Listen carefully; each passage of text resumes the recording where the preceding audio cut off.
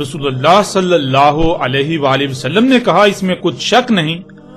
ہرگز نہیں قائم ہوگی الساعۃ یہاں تک کہ اس سے پہلے 10 آیات نہ دیکھ لو۔ پس رسول اللہ صلی اللہ علیہ وآلہ وسلم نے یاد دلایا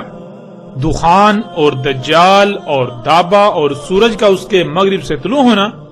اور عیسیٰ ابن مریم صلی اللہ علیہ وآلہ وسلم کا اترنا اور یاجوج اور ماجوج اور 3 مقامات پر زمین کا دنسنا، مغرب سے دنسنا اور مشرق سے دنسنا اور جزیرۃ العرب سے دنسنا، اور آخر میں وہ آگ ہے جو نکالی جائے گی یمن سے۔ اس آگ کی طرف انسان ایسے اکٹھے ہوں گے تمہارے اکٹھے کیے جانے کی جگہ جیسے کتے کسی ہڈی پر اکٹھے ہوتے ہیں، یعنی خطہ شام میں دنیا کے لوگ اس آگ پر ایسے اکٹھے ہوں گے جیسے بھوکے کتوں کے سامنے ہڈی پھینکنے سے وہ اس پر اکٹھے ہو جاتے ہیں اور اسے حاصل کرنے کے لیے ایک دوسرے سے لڑتے، چیرتے، پھاڑتے، چیختے اور داڑتے ہیں۔ بالکل ایسے ہی خطہ شام میں انسان اس آگ کے حصول کے لیے اس کی طرف اکٹھے ہو جائیں گے اور اس کے حصول کے لیے کتوں کی طرح آپس میں لڑیں گے۔ ناظرین، اس روایت میں 10 آیات کا ذکر ہے جو کہ الساعۃ کی سب سے آخری اور بڑی علامات اور اشراط ہیں۔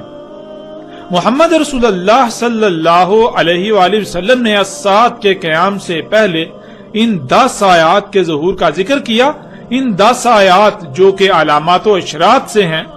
انہیں علامات و اشراط الکبریٰ کہا جاتا ہے، یعنی الساعۃ یا قیامت کی سب سے آخری اور بڑی علامات و اشراط۔ اور محمد رسول اللہ علیہ السلام نے انہی کے بارے میں کہا تھا کہ جب ان میں سے پہلی کا ظہور ہوگا تو یہ تمام کی تمام یکے بعد دیگر ایسے ظاہر ہوں گی جیسے کسی موتیوں کے ہار کا داغا ٹوٹ جانے سے موتی دڑا دڑ گرتے ہیں۔ ناظرین، ہم گزشتہ ایک ساتھ میں ان 10 علامات و اشراط الساعۃ الکبریٰ میں سے دجال، دعوت الارض اور دخان پر تفصیل کے ساتھ نہ صرف بات کر چکے بلکہ حق ہر لحاظ سے واضح کر چکے۔ اب ہمارا موضوع ہے وہ آگ جس کا ذکر اسی روایت میں موجود ہے جو کہ الساعۃ کی سب سے آخری اور بڑی علامات و اشراط میں سے ایک ہے۔ اس روایت میں رسول اللہ علیہ السلام نے کہا کہ آخر میں اس آگ کے حصول کے لیے انسان اس کی طرف ایسے اکٹھے ہوں گے جیسے بھوکے کتے کسی ہڈی پر اکٹھے ہوتے ہیں، جو اس کے حصول کے لیے آپس میں لڑتے ہیں، چیختے اور داڑتے ہیں۔ ناظرین، اس کے علاوہ بھی روایات کی کثیر تعداد موجود ہے جس میں رسول اللہ علیہ السلام نے اس آگ کو الساعۃ کی سب سے بڑی اور آخری علامات و اشراط میں سے جو سب سے پہلے ظہور پذیر ہوں گی ان میں اس کا ذکر کیا، جیسا کہ آپ سکرین پر نظر آنے والی روایت میں دیکھ سکتے ہیں۔ رسول اللہ صلی اللہ علیہ وآلہ وسلم نے کہا وہ وجوہات جن کی بنا پر الساعۃ یعنی انسانوں پر آخری بڑی عظیم تباہی آئے گی، اس کی پہلی وجوہات میں سے وہ آگ ہے جو مشرق سے نکلے گی، یعنی مشرق سے نکالی جائے گی، یعنی اس آگ کا نکالا جانا پہلی اشراط الساعۃ میں سے ہے۔ لیکن اس آگ کے حصول کے لیے اس کی طرف دنیا کے انسانوں کا ایسے اکٹھے ہونا جیسے بھوکے کتے ہڈی کے حصول کے لالچ میں کسی ہڈی کی طرف دوڑتے ہیں، اس پر اکٹھے ہوتے ہیں، پھر آپس میں لڑتے، چیختے، چلاتے، دھاڑتے ہیں، ایک دوسرے کو کاٹتے ہیں، یہ سب سے آخر میں ہوگا۔ یعنی جب ایسا ہوگا تب الساعۃ کی یہ تمام 10 کی 10 آیات ظاہر ہو چکی ہوں گی۔ تو ناظرین، بڑھتے ہیں آگے اور آپ پر یہ واضح کرتے ہیں کہ وہ آگ کیا ہے، کہاں سے اور کیسے نکالی جائے گی، اس کے فائدے اور نقصانات کیا ہوں گے، ان سمیت جتنے بھی سوالات ہیں، اور محمد رسول اللہ علیہ السلام نے اس آگ کے بارے میں جو رہنمائی کی اس کو آپ کے سامنے بالکل کھول کھول کر واضح کرتے ہیں۔ تو ناظرین، اس وقت آپ کو سکرین پر روایت نظر آ رہی ہے۔ رسول اللہ صلی اللہ علیہ وآلہ وسلم نے کہا کوئی بھی ایسی ذات نہیں جس کی بات مانی جائے، جس کی غلامی کی جائے مگر اللہ۔ ویل ہے عرب کے لیے اس شر سے تحقیق جو آیا ہی چاہتا ہے۔ کھل گئی آج ردم یاجوج اور ماجوج کی، اس کے مثل اور دائرہ بنایا انگوٹھے اور شہادت کی انگلی سے۔ پوچھا گیا کہ کیا ہم ہلاک ہو جائیں گے اور ہم میں ہوں گے اصلاح کرنے والے؟ جواب دیا ہاں، جب خبث کی کثرت ہو جائے گی، یعنی جب غیر فطرتی اشیاء کی کثرت ہو جائے گی۔ ناظرین، القاریہ ہو، یاجوج اور ماجوج ہو، فتنہ دجال ہو یا عربوں کے لیے دنیا و آخرت میں ہلاکت، ان سب کا بنیادی تعلق اس روایت میں بیان کر دیا گیا،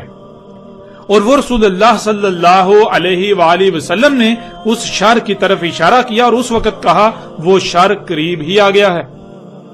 جب ہم قرآن میں اور روایات میں غور و فکر کریں، آخر الزماں کے حوالے سے تمام روایات کو جمع کریں تو اس کی جو ترتیب بنتی ہے ہم اسے آپ کے سامنے رکھیں گے، اس کی روشنی میں واضح کریں گے کہ وہ شر کیا تھا۔ یعنی ان روایات میں رسول اللہ صلی اللہ علیہ وآلہ وسلم نے بتایا کہ وہ شر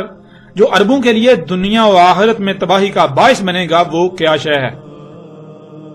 اس روایت میں واضح ہو جاتا ہے کہ رسول اللہ صلی اللہ علیہ وآلہ وسلم نے اس شر کو